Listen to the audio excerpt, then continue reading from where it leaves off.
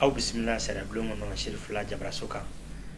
ladala sigila an bɛ ɲɔgɔn sɔrɔ walasa ka kuma sariya ale baaracogo kan ka se jamana foroba cakɛdaw ka baara kɛcogo ma fo ka se an ka finitigilakaw ma i n'a fɔ an ye layiru ta aw ye cogo min na ka layiru o timɛ aw ye bi ani polisi ɲɛmaayaso sigilen kɔ ka kuma an y'a fɔ ni ala sɔnna ani min ye lakaramɔgɔ wɛrɛ ni o ye gendarmerie ye an n'u fana na sigi ka kuma ka aw bilasira baara min ni u b'o kan a ka se ka o baara in a ka se k'o faamu o la bi maa min sɔnna ka anw bisimila gendarmerie tɔgɔ la o de ye chef d'escadron Samba Karim Timo, chef de cabinet du directeur général de la gendarmerie nationale ale de kɛlen don ka an bisimila bi walasa ka kamanagan fɛn o fɛn b'an na gendarme ka baara kɛcogo la gendarme yɛrɛ ye jumɛn ye danfara jumɛn bɛ ani finitigi tɔw ni ɲɔgɔn cɛ ni haka ja ka se polisikaw ma ni ala sɔnna bi a bɛ n'o dafalen sɔrɔ an ka sariya bulon kɔnɔ o la gendarme a ka baara ni an wulila ka bɔ nin kɛnɛ kan ni ala sɔnna an tɛna ɲininkali wɛrɛ kɛ maa si la fiyewu ko gendarme ye jɔn ye o la mɔgɔ kɔnɔna i bisimila. Bisimila. Serifila TV lamɛnnikɛla jɛkulu aw ni ce aw ni baraji aw ka nin ɲininkali in na yanni n ka kuma yɔrɔ janya an bɛ n présenter jama la fɔlɔ ne ye chef d'escadron Samba Karim Timo ye donc directeur général ka chef de cabinet donc a sera an ma ka ɲininkali in tɛngu an na a diyara n ye a bonyana n ma parce que a bɛ kɛ sababu ye ŋɔni min b'anw sen na an na se ka dɔ bɔ a la ani jama ka jɛ k'a bɔ ɲɔgɔn fɛ. Très bien. Ale ka o de ɲininkali kɔfɛ an ka bi sigi le thème du jour mission et attribution de la gendarmerie nationale clé de la paix et de la culture sociale au Mali. Gendarmerie jɔyɔrɔ jamana kɔnɔ basigi ani lafiya la o de ye an ka bi hakilina ye o la aw bisimila tuguni sariya bulon kɔnɔ walasa ka aw kunnafoni ka aw kalan sariya ale baara kɛcogo la jamana ale cakɛdaw sigicogo ani finitigiw ka baara la mɔgɔ kɔnɔna i bɛ se ka da a ɲɛfɔ an ɲɛna dɔɔni sani i kana cabinet la nɔ en tant que chef de cabinet avant d'y venir là i tɛmɛna sira min fɛ n'i bɛ se ka bakuruba la ka dɔɔni ɲɛfɔ an ɲɛna la. D'accord, ɲininkali diyara n ye yanni n ka ɲininkali in jaabi fɔlɔ n bɛ foli damadɔ kɛ parce que anw tenitigiw n'an bɛ kuma ni yamaruya dɔw ye donc yamaruya fɔlɔ-fɔlɔ o ye directeur général n'a ka adjoint n bɛ kuma n'olu ka yamaruya ye fɔlɔ o mana bɔ yen ministre de la défense ni sécurité olu fana ka yamaruya kɔnɔ an bɛ kuma fo ka taa se jamanatigi ma n'ale de ye armée bɛɛ lajɛlen ɲɛmɔgɔ ye o kɔfɛ fana tuguni yanni n ka se o fana i ka ɲininkali ma n bɛ foli kɛ Serifila TV lamɛnbaga jɛkulu n'a filɛbaga jɛkulu bɛɛ lajɛlen ka foli kɛ maliyɛn cɛ n'a muso denmisɛnnin maakɔrɔba ka foli k'a bɛɛ ye gendarmerie tɔgɔ la maintenant ne yɛrɛ donna gendarmerie la ɲinɛ y'a san 18 ye n'u b'a fɔ ko promotion 2001 donc o kɔfɛ n tɛmɛna EMIA la n'o ye jalatigiw ka formation kɛyɔrɔ ye bon o kɔfɛ n ye poste damadɔ kɛ n'o ye ka commandant d'escadron ye ka kɛ instructeur ye école la o kɔfɛ tuguni n nana direction na n ye baara dɔw kɛ n'o ye formation ɲɛbila baaraw ye o kɔfɛ n taara Nations Unies ka baara la pendant 4 ans san 4 ɲɔgɔn na n bɛ Congo Nations Unies ka baara la donc ne yɛrɛ seginna ka bɔ o baara la nin y'a kalo 3 ni dɔɔni ye donc ne yɛrɛ bɛ yan nɔ a bɛ o kɔnɔna de la. A diyara n ye merci bien monsieur le chef de cabinet. Merci. Bon bi an b'a fɛ k'a dɔn gendarmerie organigramme ni o ye gendarmerie yɛrɛ sigicogo i n'a fɔ nin kelen kelen k'a lamɛnbagaw bɛ se k'o sereya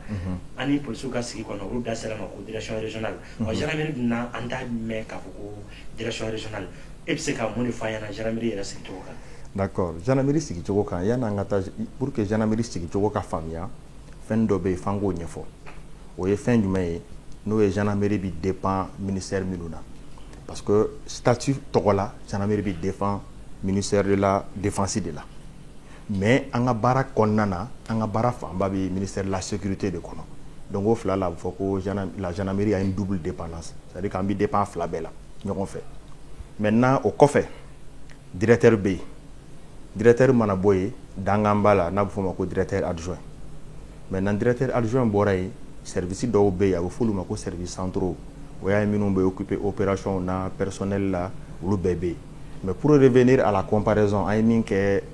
ani polisiw ni ɲɔgɔn cɛ olu ka direction régionale équivalent de ye gendarmerie région de gendarmerie parce que région bɛɛ la o fɔlɔ mɔgɔ tun b'a fɔ o ma ko légion de gendarmerie mais depuis décret kura signé la mai kalo tɛmɛnen a tɛ fɔ légion de gendarmerie tuguni an b'a fɔ de région de gendarmerie donc c'est vraiment l'équivalent de la direction régionale de la police o de bɛ région bɛɛ la maintenant n'i bɔra o kɔnɔna na olu duguma groupement bɛ yen groupement mana bɔ yen nɔ compagnie bɛ yen et compagnie mana bɔ yen fo ka taa se a duguma unité ma n'a b'a fɔ ma ko brigade ye généralement mɔgɔw bɛ brigade de dɔn kosɛbɛ parce que o de y'u baara kɛ ɲɔgɔn fɔlɔfɔlɔw ye. D'accord, mo kɔnɔna o kɔfɛ sa nɔ général mun kɛ ale yɛrɛ ye jɔn ye est-ce que danfara bɛ ani finitigilaka dɔw ni ɲɔgɔn cɛ i n'a fɔ polisikɛ i n'a fɔ dɔgɔkun tɛmɛnen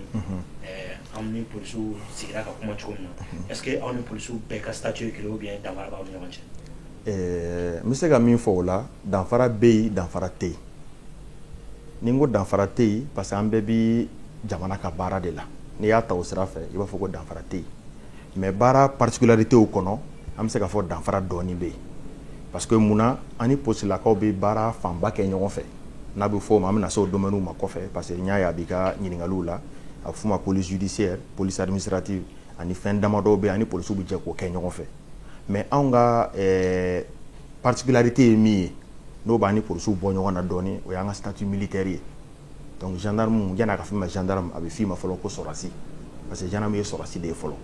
donc o kama sɔrɔdasiya baara dɔw fana bɛ yen gendarme b'o fana kɛ ka fara n bɔra ka minnu fana fɔ kan donc gendarme b'a baara fila bɛɛ kɛ ɲɔgɔn fɛ donc o danfara b'u ni ɲɔgɔn cɛ ani polisilakaw ni ɲɔgɔn cɛ mais an baarakɛɲɔgɔnw don an bɛ fɛn bɛɛ kɛ ɲɔgɔn fɛ an bɛ ɲɔgɔn consulter kosɛbɛ et puis an baara ɲɔgɔn sɛbɛsɛbɛw yɛrɛ fana don. D'accord, o kɔfɛ n'i ye cakɛda fɛn o fɛn ta k'a lajɛ jamana kɔnɔ i bɛna ye k'a fɔ baara bakuruba dɔ de talen don k'o fana kalifa la walasa k'o kɛ an b'a fɛ ka gendarmerie fana ta dɔn bi les missions assignées à la direction générale de la gendarmerie nationale.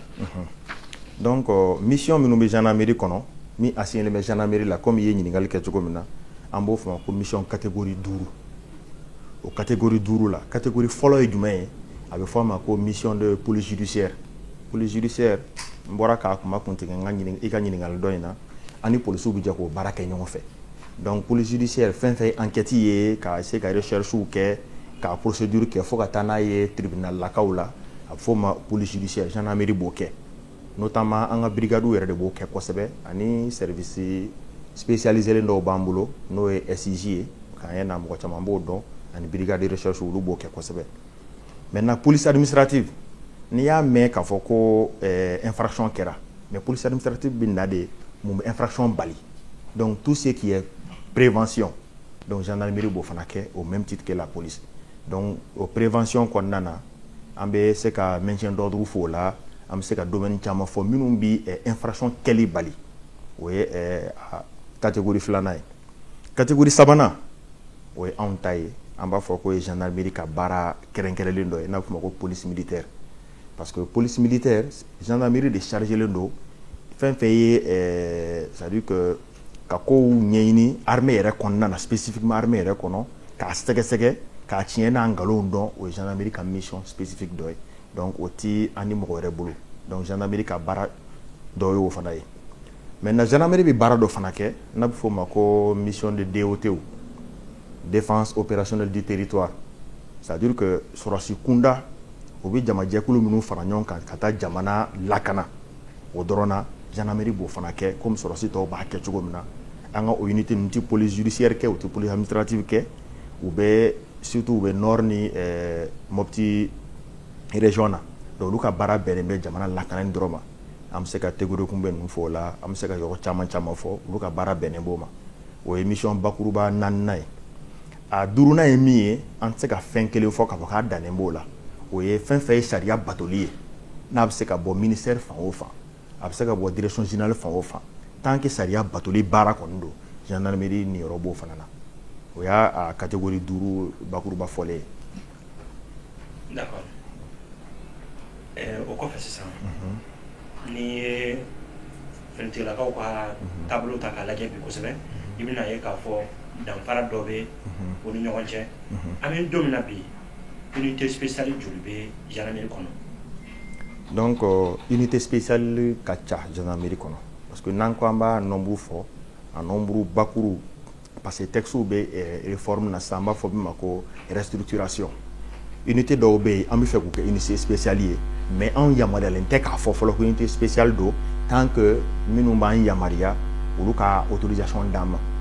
mais pour le moment minnu b'an bolo n'o ye unité spéciale ye bɛɛ bɛ min dɔn fɔlɔ n'o o baara bannen don n'olu bɛ k'o baara kelen kɛ an b'a fɔ ma ko GSIGN n'a bɛ fɔ ma groupement spécial d'intervention de la gendarmerie nationale donc o fɔlɔlama mɔgɔw tun b'a fɔ ko PIGN mais a tɔgɔ de falenna mais a mission fana taara yɔrɔ jan donc olu ka baara kuruba ye jumɛn ye o ye fɛn fɛn grand banditisme ye ani intervention risque ba bɛ minnu na donc fɛn caman b'o kɔnɔna na ensuite dɔ wɛrɛ fana bɛ yen tuguni n'an b'a fɔ ma ko Garci Sahel o bɛ fɔ o ma ko groupe d'action rapide de surveillance et d'intervention donc o groupe in créé la unité spéciale do c'est pour que ka jamana dondalaw n'an b'a fɔ ma ko frontière i bɛ se ka don yɔrɔ minnu fɛ jamana kɔnɔ k'olu sécuriser kosɛbɛ o la ni polisiw b'o baara caman kɛ ɲɔgɔn fɛ donc olu unité kɔni spécialisé m'o kama mais o t'a bali fɛn fɛn ye sariya labatoli baara ye fɛn fɛn ye jamana lakalili baara ye olu bɛ se k'o fana kɛ o kɔnɔna na ensuite dɔ wɛrɛw fana bɛ yen an b'a fɔ o ma ko FARGENT donc o ye force d'action rapide de la gendarmerie ye o fana na Union européenne ye projet min bila Mali la n'a bɛ fɔ o ma ko PARSEC o kɛkun ye pour que ka région centre stabiliser parce que bɛɛ b'a dɔn kɔni centre la gɛlɛya min bɛ yen nɔ donc ale créer o kɔnɔ donc ale ye unité spéciale ye min fana bɛ gɛrɛ population na ka population sécuriser kosɛbɛ kosɛbɛ donc a bɛɛ n'a ka particularité o don mais a bɛɛ n'a jɔyɔrɔ fana don jamana dispositif sécuritaire la donc an bɛ se ka nin damadɔw fɔ aw ɲɛna n tɛ fɛn wɛrɛw caman bɛ yen nɔ mais an tɛ se ka don o bɛɛ lajɛlen na sisan. d'accord nin kɔnɔna na an ye dɔ ye an kɔni tɛ a kɔnɔna dɔn mais ne ni lamɛnbagaw nin waati an bɛ to ka dɔw lakɔlɔsi ni o ye a ka mobili dɔw bɛ bɔ a sɛbɛnnen don ka bɔ GIGN o GIGN ale ye jumɛn ye parce que an n'ale de bɛ ɲɔgɔn na kuma caman na i n'a fɔ an bɛ polisiw ka GMS fana ye cogo min GIGN fana ye jumɛn ye. GIGN fana ye unité ye min chargelen bɛ surtout an b'a fɔ min ma ko maintien de l'ordre olu baselen bɛ camp 1 na ani Falajɛ école la GIGN 2 don donc olu ka baara kunba yɛrɛ tout ce qui est sécurité ani ni manifestation bɛ yɔrɔ o yɔrɔ a kɛra maintien de l'ordre ye o a kɛra marche ye o a kɛra jamalajɛ bɛ se ka kɛ sira o sira kan olu ka baara ye o lakanali ye en même temps sariya bɛ se ka labato o kɔnɔna na cogo min na olu ka baara o ye donc olu ni population fana gɛrɛlen bɛ ɲɔgɔn na kosɛbɛ o domaine kɔnɔ mais an tɛ se k'olu jate unité spéciale fɛ olu bɛ komi unité tɔw bɛɛ b'u ka baara kɛ cogo min na mais o fana u ka baara kɛcogo la u fana spécialisé len bɛ maintien d'ordre in na. o kɔnɔna na sisan mɔgɔ kumana ani ministre sigira sariya bulon kelen kɔnɔ ka kuma a ye a da sera caman ma o ɲɛfɔ min ye kolo kɛrɛnkɛrɛnnen bi ni ale ko ko u b'ale yɛrɛ ka mara kɔnɔ directement ni o ye forçati force spécialiste antiterroriste o forçati bilama gendarmerie ka bolofara jumɛn b'o kɔnɔ parce que ani polisiw ka sigi kɔnɔ olu ko k'olu ka GIGN de b'a kɔnɔ aw ka kolo jumɛn bɛ yen nɔ bi ni ale fana bɛ forçati kɔnɔ kosɛbɛ. ayiwa an ka kulu min bɛ forçati in kɔnɔ o fana ye n ye min fɔ kabi n ka kuma daminɛ na n'o ye GIGN ye parce que ministre ka force sigilen don donc ne yamaruyalen tɛ n k'a fɔ n ko n bɛ don détail bɛɛ lajɛlen na parce que o ye ministre yɛrɛ ka force sigilen ye mais gendarmerie ka mɔgɔ minnu b'a kɔnɔ an b'a fɔ o ma ko GIGN ye minnu spécialisé len bɛ n y'a fɔ cogo min na bandibaw minɛli ni terrorisme ni fɛn ko gɛlɛn minnu bɛ kɛ jamana kɔnɔ donc an fana ka o éléments de b'a kɔnɔ et pour la petite histoire a forçati sigilen bɛ ministre fɛ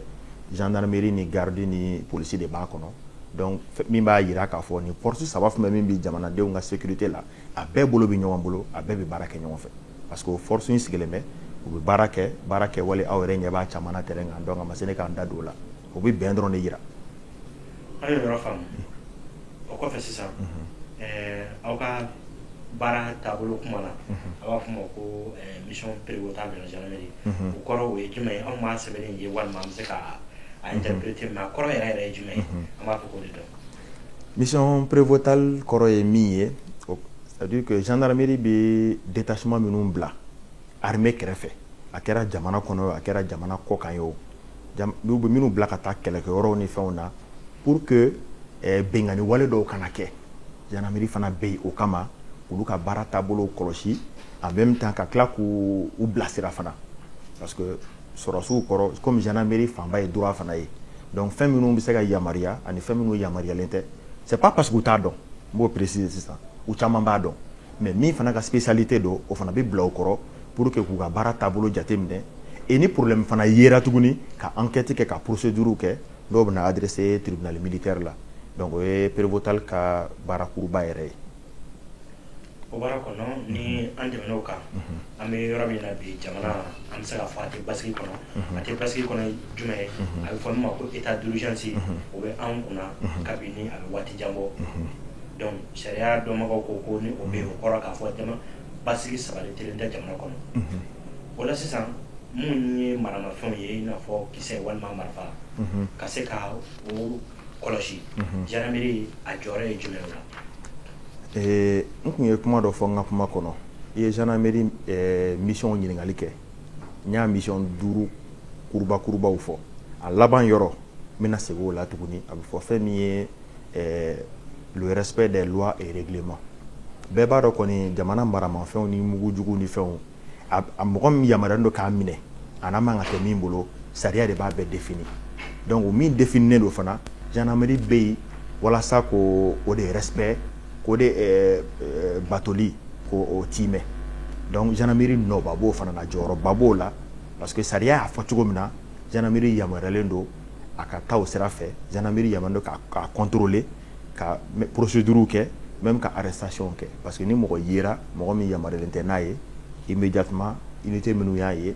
u bɛ se ka d'abord ka a fɛn minɛ a tigiw la en même temps ni maa min don n'a kan ka minɛ fana a bɛ minɛ a bɛ sariya b'a nɔ minɛ baara bɛ kɛ cogo a b'a kɛ ten. Donc tout ce que j'ai dit par rapport à un respect des lois et règlements, donc ça rentre dans ce cadre-là. Voilà. Mais particularité de l'État sur moi, la mission de police militaire. Au Canada, l'État sera mako finti la carte de mon numéro armée misal la sur la sécurité. Ka se ka u ka baaraw lakɔlɔsi ni kɛra dɔ ka walima ka se ka fɛn mais min ye anw civil ye population ye est ce que ni sɔrɔsikɛ ye ko dɔ kan na walima gendarmerie yɛrɛ ko dɔ kan na an bɛ se ka wuli k'a ɲɛsin gendarmerie ma o ko la walima an b'an tilen tribunal la directement. A fila bɛɛ bɛ se ka kɛ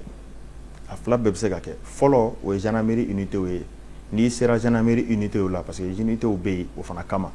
maintenant minnu habilitelen bɛ k'a baara fana kɛ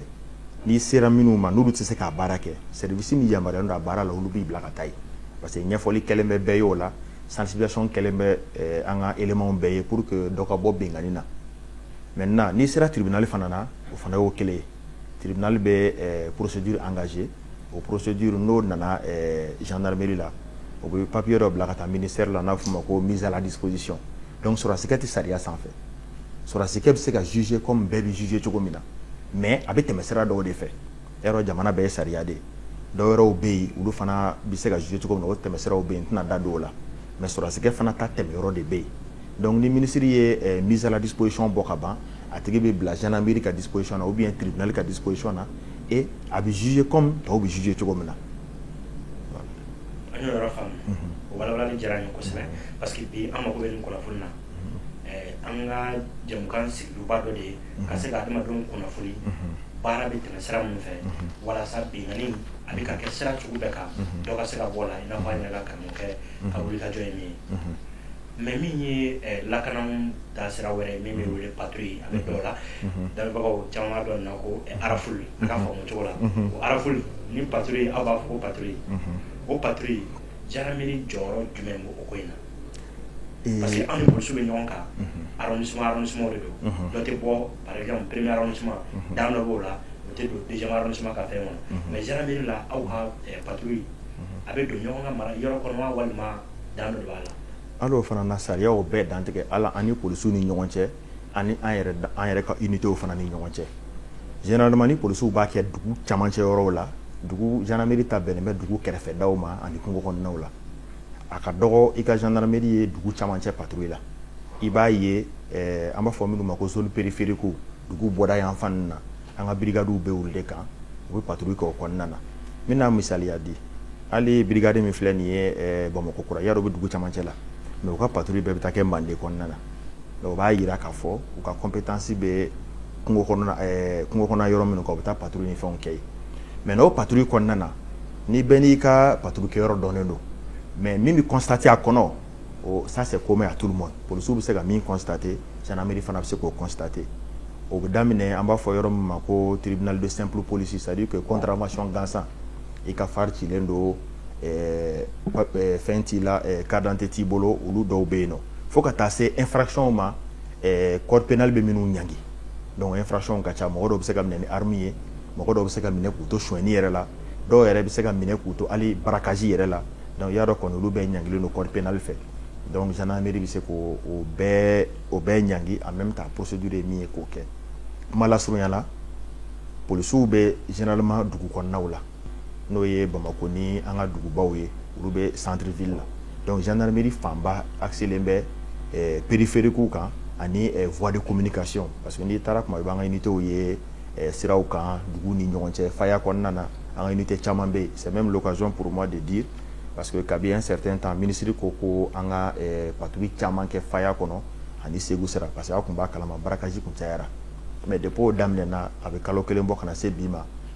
je pense que ne ka connaissance kɔni na an ma braquage ko kuma mɛn o sira in kan donc o b'a yira k'a fɔ ko baara dɔ bɛ ka kɛ kungo kɔnɔ sanjikɔrɔ wɔsi don mais a kɛkun ye min ye jamanadenw bɛ se ka lakana sɔrɔ cogo min na donc o fana ye patrouille dɔ ye tuguni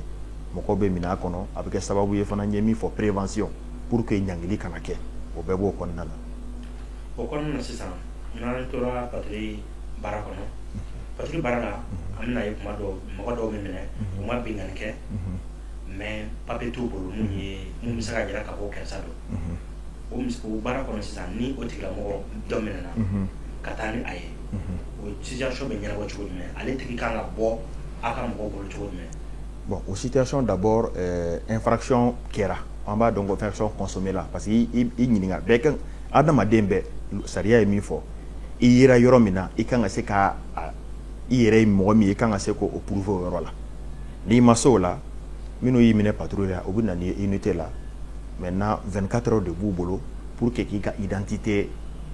bɔ kɛnɛ kan k'a dɔn k'a fɔ e ye karisa ye n'i ka identité bɔr'o la i bɛ se ka bila mais n'i bila i tɛ se ka bila ten fana dɛ parce que sariya ye infraction dɔ de fɔ i ma se k'o kɛ a bɛ fɔ o ma ko contravention donc contravention ye min ye i b'o sara a prix dadɔnnen bɛ bɛɛ fɛ i b'a sara reçu bɛ kɛ k'a d'i ma parce que o de fɔra a kɔnɔ c'est ça k'i bɛna question in poser tuguni mais an b'a ɲini bɛɛ fɛ bɛɛ ka taa o sariya kɔnɔ mɔgɔ si kana wari di agent ma wari min reçu n'a papier ma d'i ma maintenant n'i ye i ka identité prouver o la i bɛ labila mais o kɔnɔna na an ka éléments ils ont 24 heures pour k'i ka identité prouver et a ka ca ala fɛ généralement ni fɛn wɛrɛ kɔni tɛ yen nɔ kɔni a tigilamɔgɔ bɛ bila yanni o tile kelen ka dafa. mɔgɔ baara o baara n'i b'a kɛ i bɛna ye k'a fɔ gɛlɛya b'a kɔnɔ an bɛ yɔrɔ min na bi gɛlɛya belebele ninnu bɛ yen nɔ ni gendarmerie kɛlen don k'o sɔrɔ bi jango direction générale a ka baaraw kɔnɔna na les difficultés majeures o gɛlɛya damadɔw bɛ yen min bɛ ka gendarmerie ka baara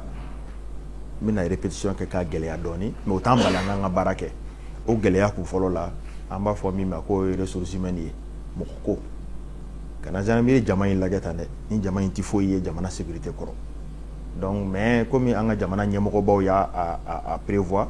u ye loi de programmation militaire min ta donc recrutement caman bɛ ka k'o kɔnɔ pour que an ka unitéw ka se ka caya yɔrɔw la u ka gɛrɛ population na et maintenant jamanadenw ka sécurité ka se ka assurer a kɛcogo la maintenant ensuite baarakɛminɛ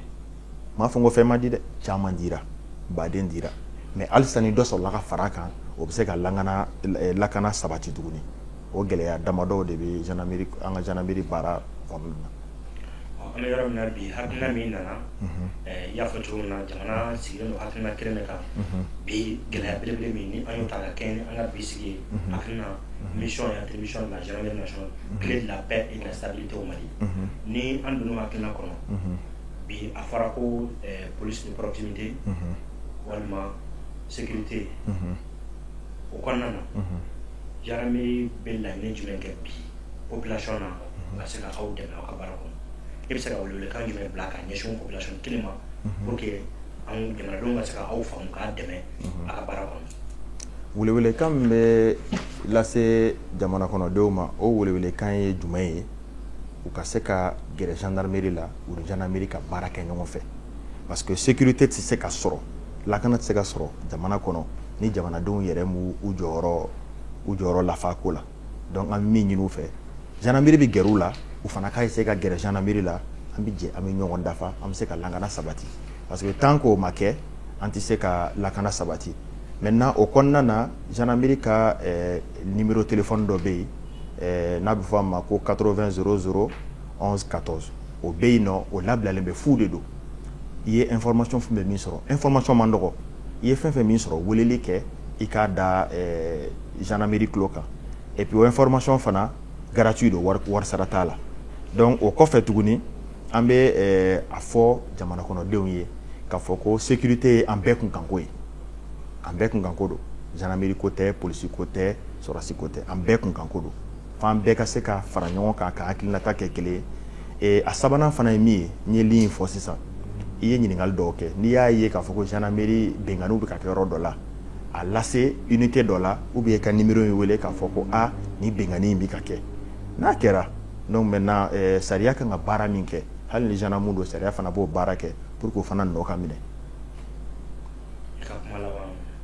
n ka kuma laban an bɛ o ye foli dɔrɔn ye foli fɔlɔ bɛ taa an ka jamanakuntigi ma min bɛ ka moyens ni fɛnw bɛɛ bila an ka disposition na pour que an ka se ka baara k'a kɛcogo la o mana bɔ yen a ka ministre fila n'an bɛ dépend olu fana na an ka foli bɛ olu fana ye ka na se an ka directeur général n'a ka adjoint ma o kɔfɛ an ka foli bɛ jamana kɔnɔmɔgɔ bɛɛ lajɛlen cɛ n'a muso denmisɛnnin maakɔrɔba u k'a dɔn k'a fɔ anw bɛ yen olu de kama n'i y'a mɛn ko gendarmerie population de bɛ yen n'o tɛ ni population tɛ yen gendarmerie tɛ yen dɛ